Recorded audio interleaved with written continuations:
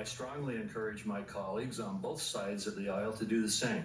And with that, I recognize our ranking member, Senator Wyden, for his remarks. Thank you very much, Mr. Chairman. I'll have a brief statement, and then several of my colleagues on our side are also going to make brief statements. This morning, we're going to vote on Robert Kennedy's nomination to serve as our nation's chief healthcare officer. Before we get to Mr. Kennedy, and why I believe he is singularly unfit to serve as HHS Secretary, I'd like to say this. The last several days we've witnessed an authoritarian takeover of our federal government by Elon Musk and Donald Trump. They have set their sights on a full purge of anyone in government that doesn't bend the knee and follow their orders. They've taken over the Treasury Department's payment system. And colleagues, that has a direct effect on major programs within our committee's jurisdiction that include Social Security, Medicare, and Medicaid. For example, this committee voted for a major reform of pharmacy benefit manager legislation. We passed it 26-0, but Trump and Musk killed it. Think what they could do with abuse of the payment system. Now, in my view, much of this is of dubious legality and constitutional authority, and certainly flies in face of congressional responsibilities. I'll wrap up on this point by saying I hope our colleagues on the other side of the aisle will not sit by while Musk and Trump make a mockery of the power Republicans hold in their congressional majority. Now more than ever, the American people need leaders that will stand up to these abuses. That brings me to Mr. Kennedy. A recent analysis showed that Mr. Kennedy has made 114 separate appearances in just the last 4 years where he has espoused anti-vaccine views or spread information about the efficacy of vaccines. Misinformation, specifically. In 36 of those instances, Mr. Kennedy directly linked vaccines to autism. Last week, Mr. Kennedy was given ample authority on a bipartisan basis to recant his decades-long career peddling anti-vaccine conspiracies. Instead, he spent his time with us dodging and weaving and gave no indication that if confirmed as HHS Secretary, he would stand by the long-settled science surrounding routine vaccinations. Just take the Samoa measles outbreak as an example. Mr. Kennedy told me, and I quote, "We don't know what was killing them," speaking about the 83 measles deaths during an outbreak of the disease in 2019. Just yesterday, colleagues, the Director General of Health from Samoa called this claim a total fabrication. Peddling these conspiracy theories as the nation's chief health officer is going to be deadly for kids across the country. On abortion, Mr. Kennedy's answers once again raised still more questions. He refused to tell us whether he would blindly follow a directive from Donald Trump to break the law and end access to mifepristone. And he seemed to have no understanding of his role in enforcing existing federal laws that guarantee women the right to life-saving abortion care. Mr. Kennedy also failed on several occasions to show a basic understanding of the Medicare and Medicaid programs he would be tasked with overseeing. Colleagues, that alone should be disqualifying. Mr. Kennedy has given us no reason to believe there'll be anything other than a rubber stamp for plans to gut Medicaid and rip health care away from the American people, and be a yes man if ordered by Musk or Trump to take an illegal action. I close with this, colleagues. Today we're going to make a judgment about the future of science in this country. We're going to make decisions that are going to impact the health and well-being of Americans for years to come. I agree, and I say this to my colleagues on both sides of the aisle, that the healthcare status quo needs substantial changes so we get better, more affordable care to patients. And that leaves, given my statement, the question in front of us now that's pretty simple.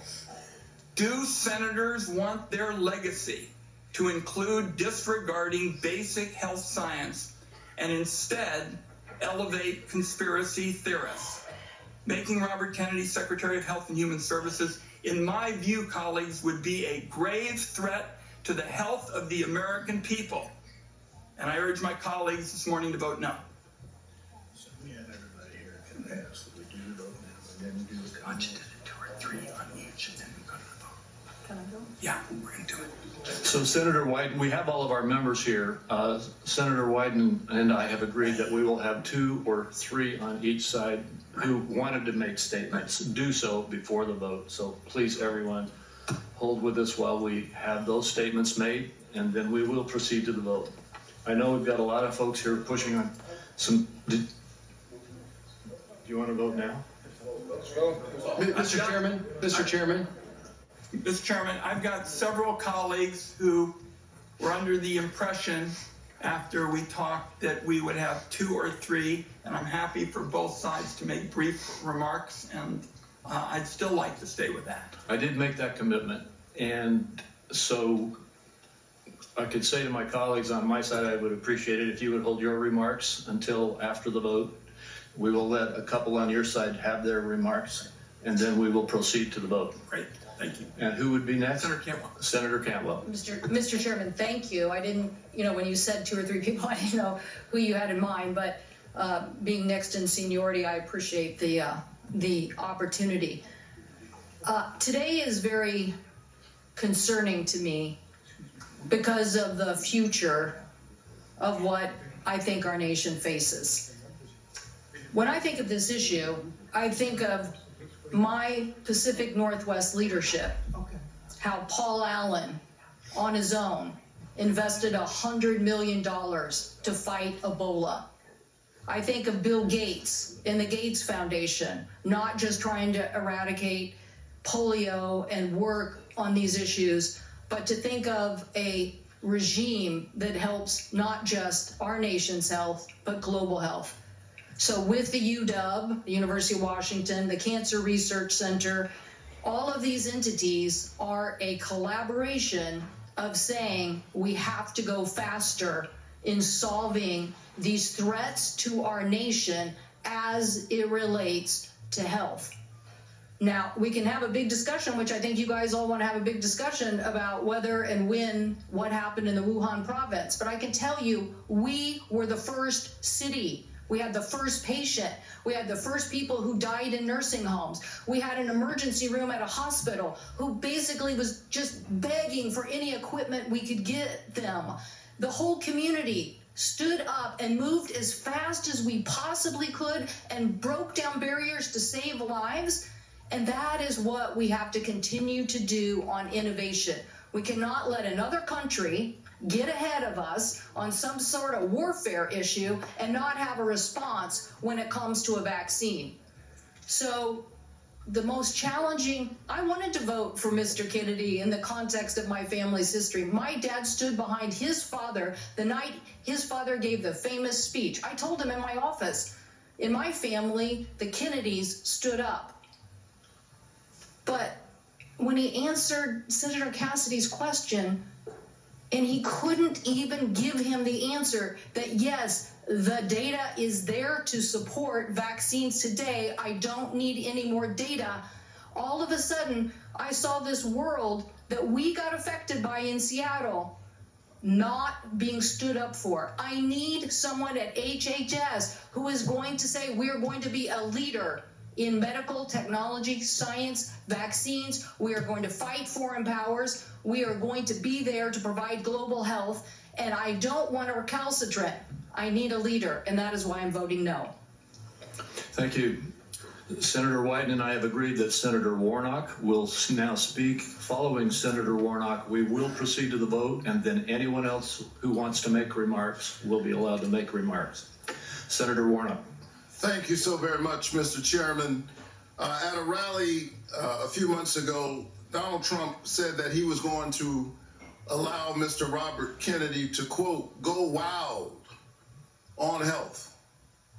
Go wild. Of all the things that I can think of that I'd like to see a Secretary of Health and Human Services do, go wild is not on the list. Mr. Robert Kennedy is manifestly unqualified for the job he seeks.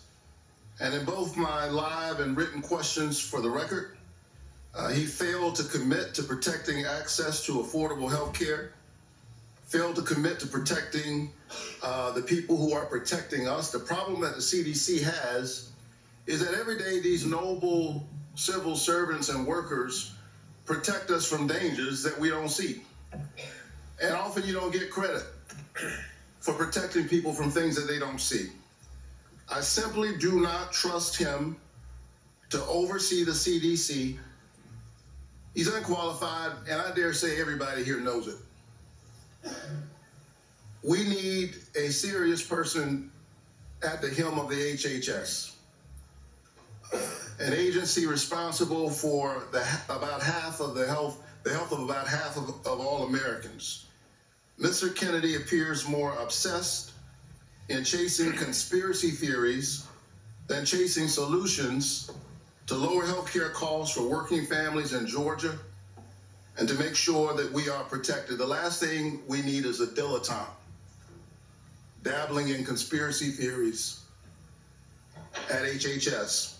I cannot vote for a nominee who is not going to lower healthcare costs for Georgians, who's going to undermine basic science in public health, who puts his own interests above the health and the well-being of others.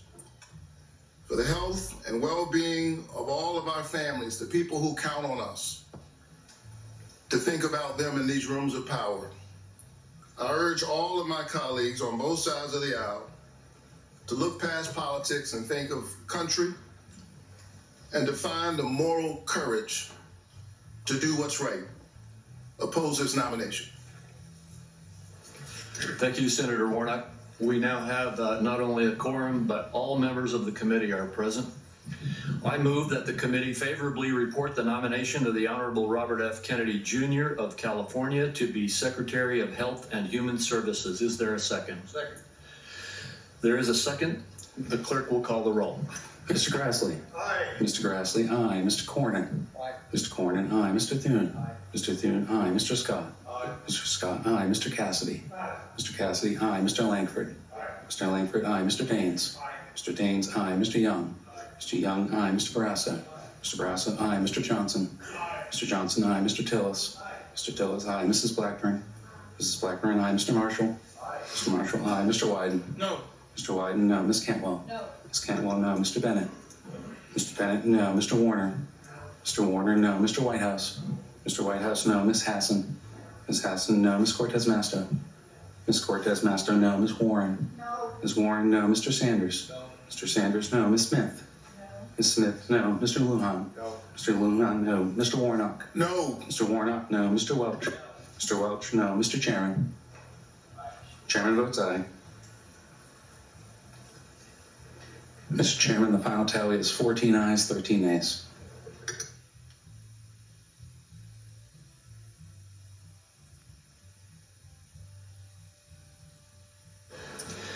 The vote was, would the clerk please restate the vote?